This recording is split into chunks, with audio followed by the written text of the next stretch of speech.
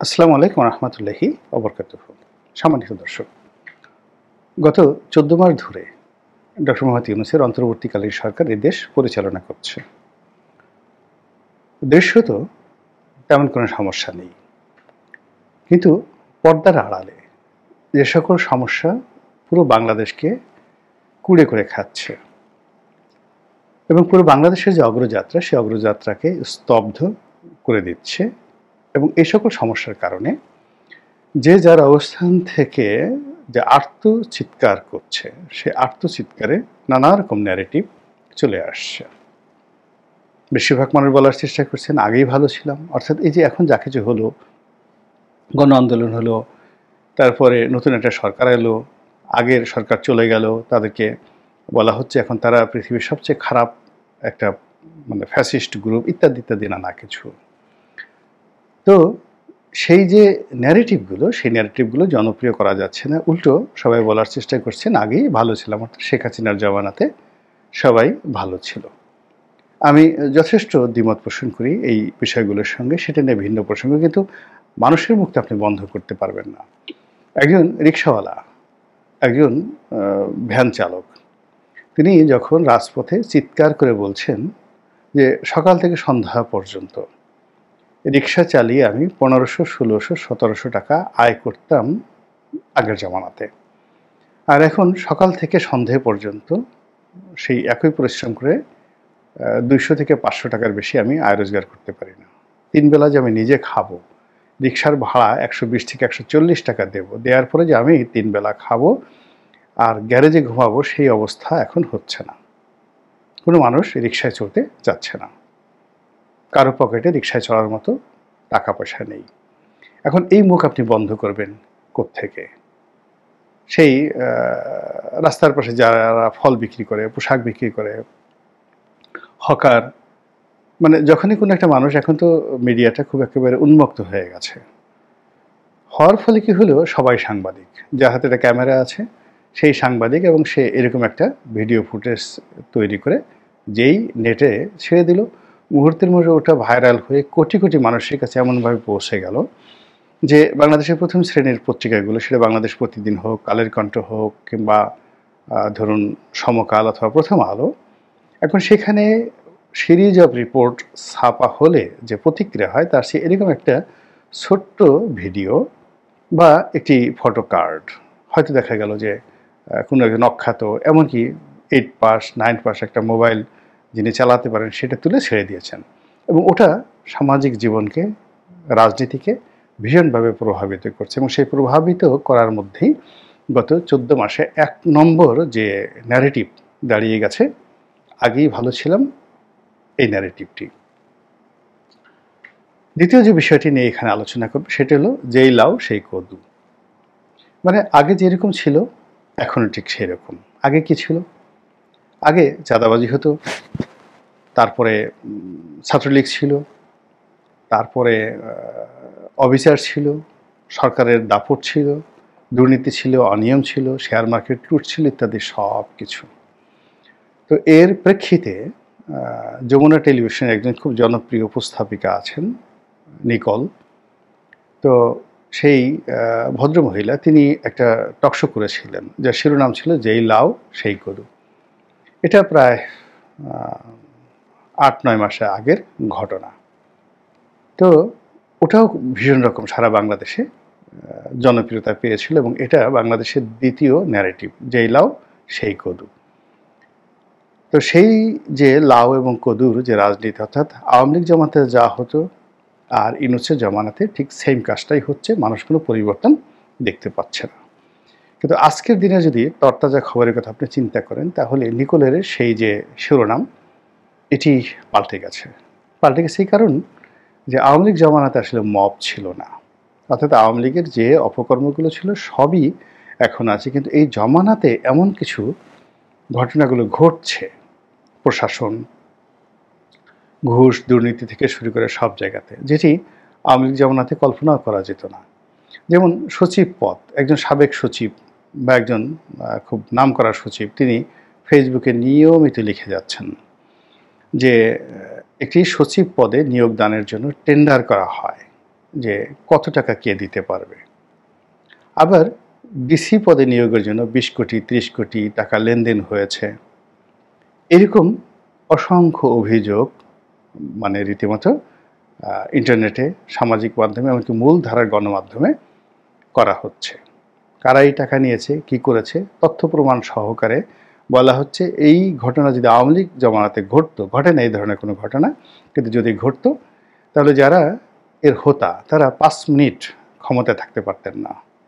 কিন্তু এখন কি হলো, পয়েন্ট আউট করা হচ্ছে যে এই লোক এই কাজ করেছে, কিন্তু তারপরে সেই লোকের একটি টিকি মানে একটা পশম স্পর্শ করার ক্ষমতা আমাদের কারোর নেই। এর ফলে যেই লাউ সেই কদু এখন মানে পুরনো হয়ে গেছে। এখন হয়তো নতুন কোনো কথা, যে এই যা কিছু এখন হচ্ছে এটা তো আমাদের স্বপ্নের মধ্যে ছিল না, এটা তো আমাদের কল্পনার মধ্যে ছিল না, কেন এই জিনিসগুলো বারবার এখন হতে চলেছে। তো সেই লাউ কদুকে অতিক্রম করে আগের জমানার সাথে বর্তমান জমানার যে তুলনা, সেই তুলনা বাদ দিয়ে নতুন একটা ন্যারেটিভ আবার এনসিপি নেতা নাসিরুদ্দিন পাটোয়ারি তিনি চালু করেছেন। তিনি বলার চেষ্টা করেছেন যে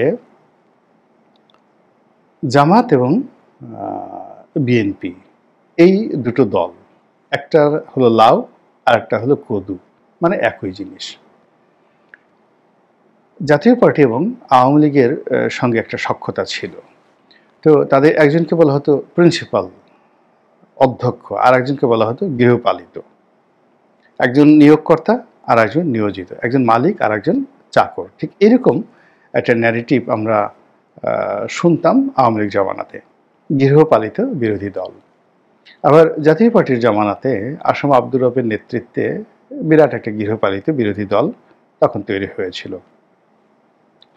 তো কাজেই সেই যে গৃহপালিত বিরোধী দল, এই ন্যারেটিভ বাদ দিয়ে এখন সমপর্যায়ের সমগোত্রীয় লোক একত্রে ভাগ বাটোয়ারা করে রাষ্ট্র ক্ষমতা দখল, ভোগ এবং রাষ্ট্র ক্ষমতা নিয়ে ছিনিমিনি, দেশের ভাগ্য নিয়ে ছিনিমিনি, এই ধরনের নোংরা খেলার জন্য রাজনৈতিক দলগুলো যে তৎপরতা চালাচ্ছে সেটাকে কটাক্ষ করে এনসিপির নেতা নাসিরুদ্দিন পাটোয়ারি বিএনপি এবং জামাত এই দুটো দলকে লাউ এবং কদু হিসেবে বর্ণনা করার চেষ্টা করেছেন।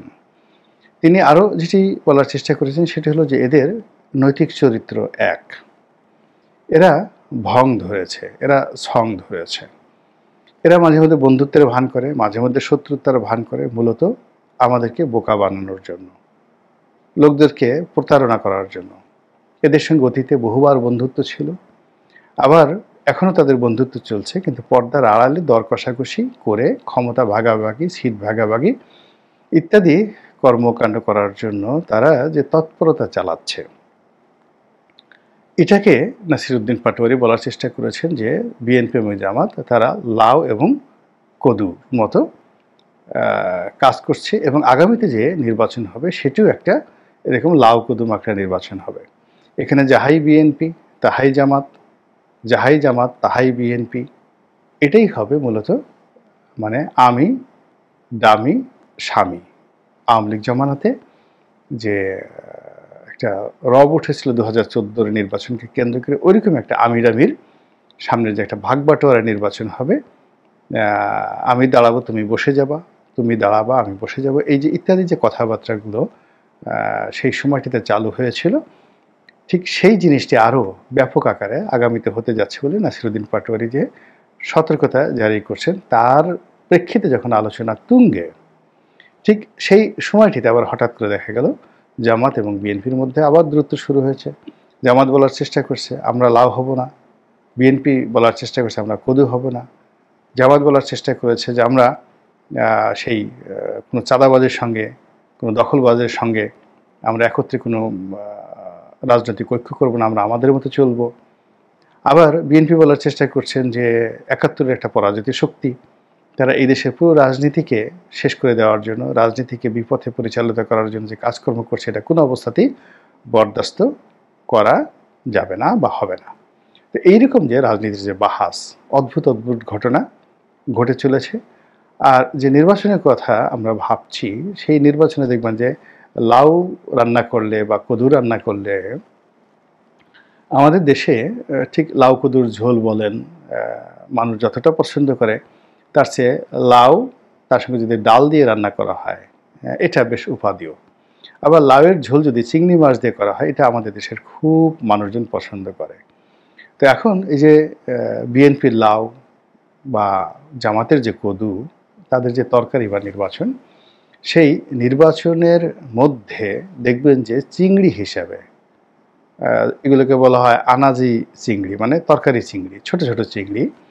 এই চিংড়ি হিসাবে ছোট ছোট যে রাজনৈতিক দলগুলো আসবে, তারা কিভাবে এই লাউ এবং কদুর সঙ্গে মিশবে, আর সেই যে লাউ কদুর সঙ্গে চিংড়ির যে মিশ্রণের তরকারি, সেই তরকারি যেভাবে পরিবেশন হবে, তাতে করে সাধারণ জনগণ, এখানে আমি ফজা মিয়ার মজা যে শব্দটি ব্যবহার করেছি, আমাদের গ্রামে ফজা পাগল নামক এক ধরনের একজন পাগল ছিলেন। আমরা সবাই তাকে ভালোবাসতাম।